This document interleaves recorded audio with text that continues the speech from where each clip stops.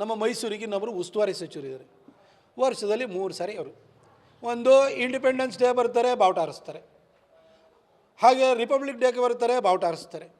ಅದು ಬಿಟ್ಟರೆ ದಸರಾ ಬಂತು ಅಂತ ಹೇಳ್ಕೊಂಡ್ರೆ ಎಲ್ಲ ಒಂದು ಸರ್ಕಲ್ಗಳಲ್ಲಿ ಹೋಗ್ಬಿಟ್ಟು ಕಾನ್ಸ್ಟಿಟ್ಯೂಷನ್ದು ಪ್ರಿಯಾಂಬಲ್ನ ಪೀಠಿಕೆಯನ್ನು ಇಟ್ಕೊಂಬಿಟ್ಟು ಅದನ್ನು ಸಭೆ ಸಮಾರಂಭದಲ್ಲಿ ಓದಿಸ್ತಾರೆ. ಬಿಟ್ಟರೆ ಡೆವಲಪ್ಮೆಂಟ್ ಅಂತ ಏನೂ ಆಗ್ತಾಯಿಲ್ಲ.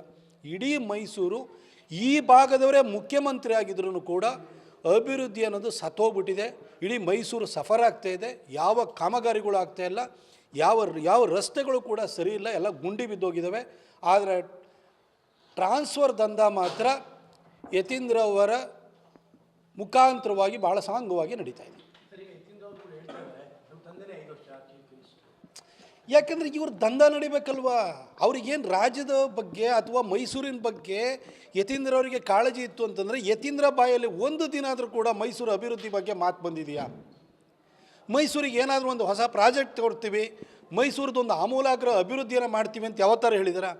ಮೈಸೂರು ಏರ್ಪೋರ್ಟದ ಅಭಿವೃದ್ಧಿಗೆ 319 ಕೋಟಿ ತೊಗೊಂಬಂದಿದ್ದೀನಿ. ಅದು ಆದಷ್ಟು ಬೇಗ ಅದನ್ನು ಲ್ಯಾಂಡ್ ಹ್ಯಾಂಡ್ ಓವರ್ ಆಗಿ ಅದರದ್ದು ಅಭಿವೃದ್ಧಿ ಕಾರ್ಯ ಪ್ರಾರಂಭ ಆಗಬೇಕು. ಒಂದಿನಾರು ಯತೀಂದ್ರ ಮಾತಾಡಿದಾರ?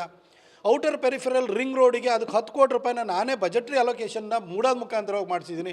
ಅದ್ರ ಬಗ್ಗೆ ಒಂದು ದಿನಾರು ಒಂದು ಮೀಟಿಂಗ್ ಮಾಡಿದಾರ, ಒಂದು ಮಾತಾಡಿದಾರ? ಇದು ಯಾವ ವಿಚಾರವೂ ಇಲ್ಲ.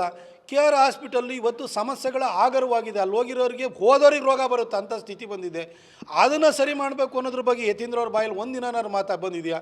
ಬರೀ ನಮ್ಮ ಅಪ್ಪನೇ 5 ವರ್ಷ ಮುಖ್ಯಮಂತ್ರಿ, ಯಾಕೆಂದರೆ 5 ವರ್ಷವೂ ಕೂಡ ನಾನು ಭಾಳ ಚೆನ್ನಾಗಿ ಲೂಟಿ ಮಾಡ್ಬೋದು, ಅಬಾಧಿತವಾಗಿ ಅಧಿಕಾರವನ್ನು ಅನುಭವಿಸ್ಬೋದು.